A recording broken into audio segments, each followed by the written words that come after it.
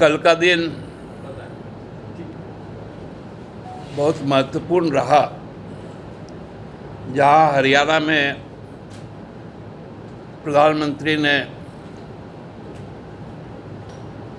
Surgical strike का बरसी मनाया और एक सर्जिकल स्ट्राइक कल न्यायालय ने भाजपा पर कर भी किया और ये सर्जिकल स्ट्राइक पूरे भाजपा के भ्रष्टाचार को सही मायनों में उजागर करने वाला है।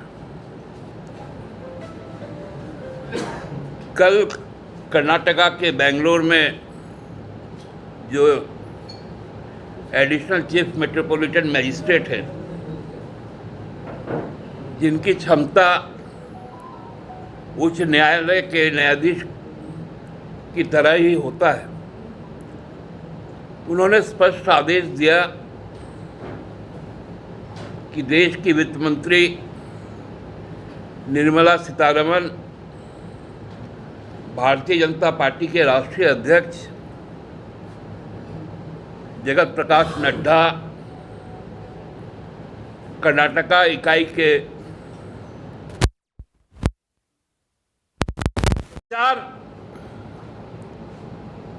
के दलदल में डूबा हुआ है भारतीय जनता पार्टी। हम लोग बार बार कहते हैं बीजेपी का नाम है भ्रष्ट जनों की पार्टी। अब तो कोर्ट मांगती है इनको कि इन्होंने पैसे की चोरी की, सीना जोड़ी से चोरी की, एजेंसियों का उपयोग किया,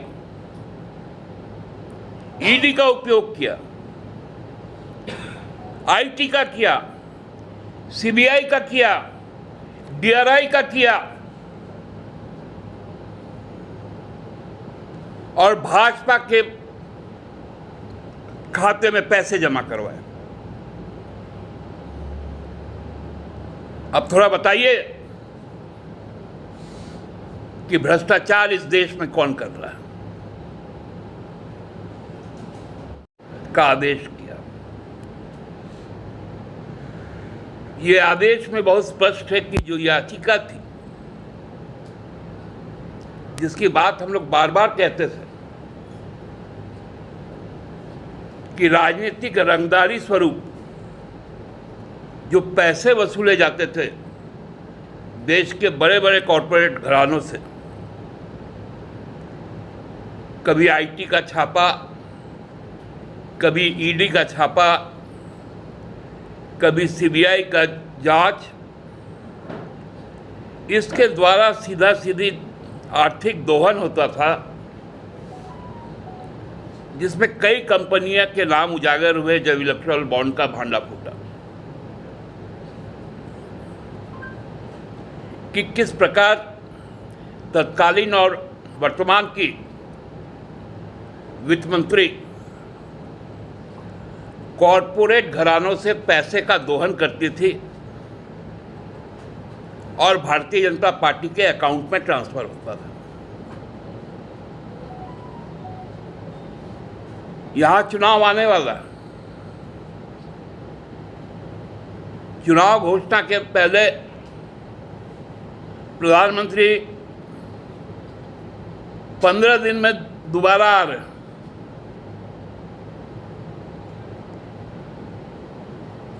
कौन कौन नेता लोग आ रहा है पता ही नहीं चल पा रहा है। एक साथ 4-5 ठो राज्य का मुख्यमंत्री आ जा रहा है, कोई नुक्कड़ सभा कर रहा है, कोई अनाउंसमेंट कर रहा है। इस तरह से चीजें आगे बढ़ रही हैं। हरियाणा कोई नहीं जा रहा, महाराष्ट्र कोई नहीं जा रहा, और आकर यहां पर दो ही चीज, घुसपैठ। अरे इतना घुसपैठ तुम लोग झारखंड में कर रहे हो कि अब तो सही में हमारी सरकार भाजपा के घुसपैठ पर रोक लगानी पड़ेगी। जनता तो लगा ही देगी नवंबर दिसंबर जब भी चुनाव हो। आप बताइए, एक वित्त मंत्री पद में रहते हुए झारखंड आती है और ईडी का जो आरोपी है मनी ट्रेल का, सेना के जमीन के सौदे का, वो बेल पर छूटकर आता है और होटल रेडिसन ब्लू में वित्त मंत्री से मिलता है। पूरे फोटो सोशल मीडिया से लेके, प्रिंट मीडिया से लेके, इलेक्ट्रॉनिक मीडिया में जारी होता है विष्णु अग्रवाल का। दूसरा फरार आरोपी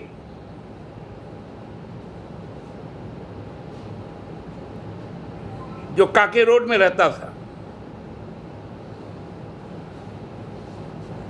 वो आरोपी था, उस पर वारंट इशू था ईडी का। वो आके वित्त मंत्री से मिलता है सार्वजनिक जगह पर। ये वित्त मंत्री की जो चोरी है, जो भ्रष्टाचार है, भाजपा को सफाई देना पड़ेगा।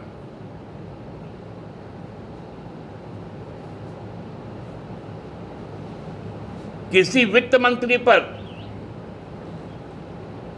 आर्थिक अपराध का एफआईआर हो और वो 24 घंटे से भी ज्यादा अभी तक वित्त मंत्री बनी हुई है,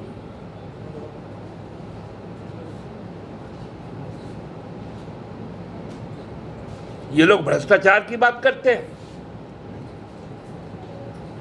आकंठ डूबी हुई है भारतीय जनता पार्टी भ्रष्टाचार में।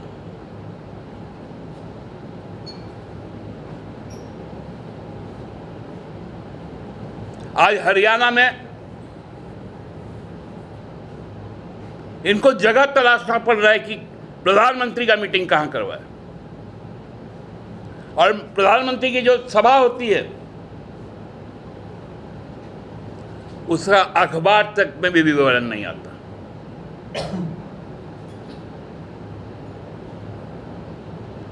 कोई सुध नहीं ले रहा है।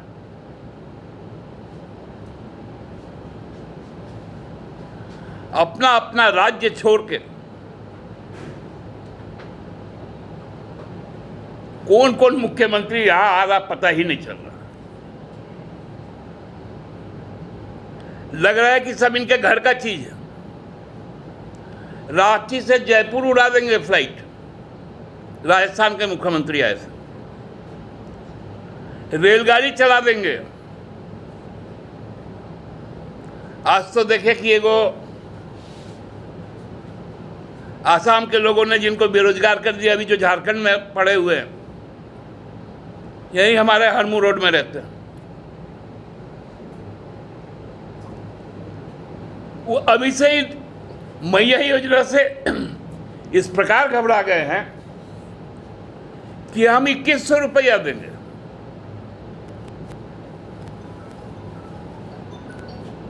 और घोषणा पत्र भी 3 चरण में आएगा।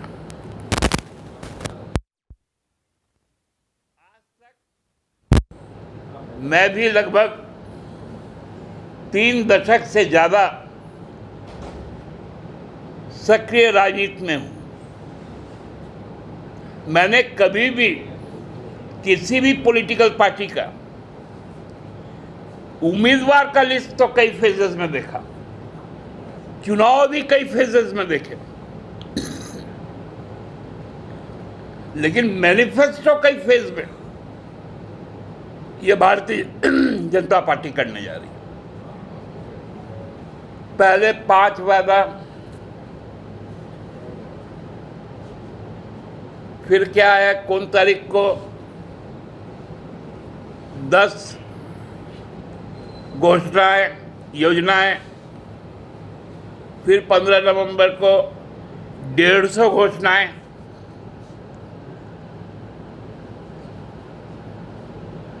हांडी चढ़ा नहीं चूल्हा पर और पंगत में बैठा दिया लोगों को।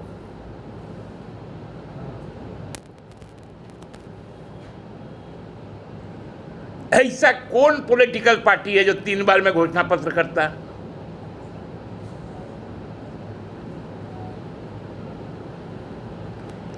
कितना राजनीतिक प्रहसन होगा अखबार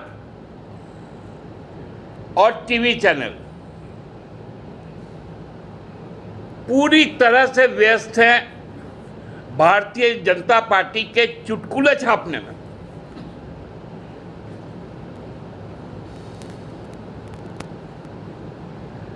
सुबह पाठक सो के उठता है तो थोड़ा मनन करता है, गंभीरता से अखबार को देखता है, लेकिन उसमें देखता है कि सब हाथ से व्यंग भरा हुआ है। और एक महिला को वित्त मंत्री बनाकर उससे लोगों को डरवाया जा रहा है। दवाई कंपनियों को,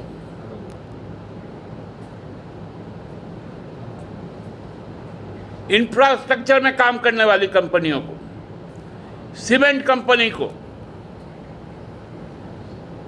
सरिया बनाने वाले कंपनी को,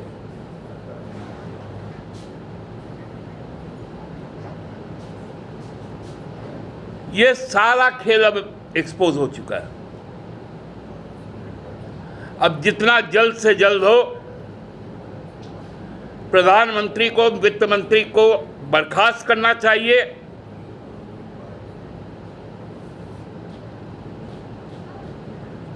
और राष्ट्रीय स्वयंसेवक संघ को, उनके जो पोष्य पुत्र है ये भाजपा, उसके अध्यक्ष को भी बर्खास्त कर देना चाहिए। धन्यवाद। नहीं आ रहा तो हम लोग क्या कर सकते हैं बताइए? अब बाबूलाल जी यहाँ के अध्यक्ष हैं कि हेमंता बिस्वा शर्मा अध्यक्ष है, पहले तो ये तय कर ले। सीट शेयरिंग का बात हेमंत जी कर रहे हैं, हेमंता बिस्वा शर्मा, घोषणा पत्र वही लाएंगे। क्या कि इन लोग को भी मालूम है कि इन लोग के पास कुछ है ही नहीं। घर भाड़ा लेके यहां रहना शुरू कर दिए लोग। बाबूलाल जी तो अब सबको बोल रहे हैं कुछ तो हमको सुनो।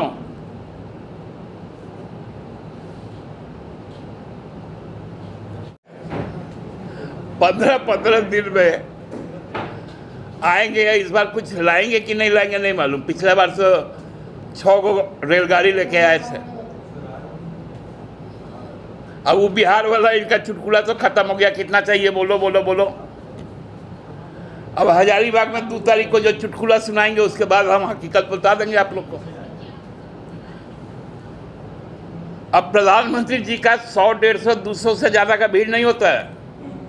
हरियाणा जाके देख लीजिए।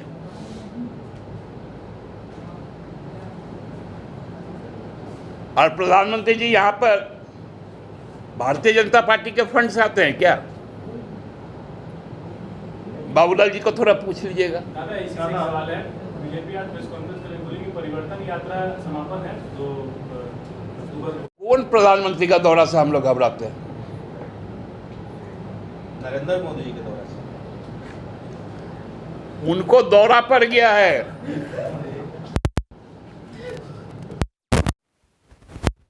दल के मूड में तो है ही, पूरा भाजपा को ही अब साफ करने के मूड में।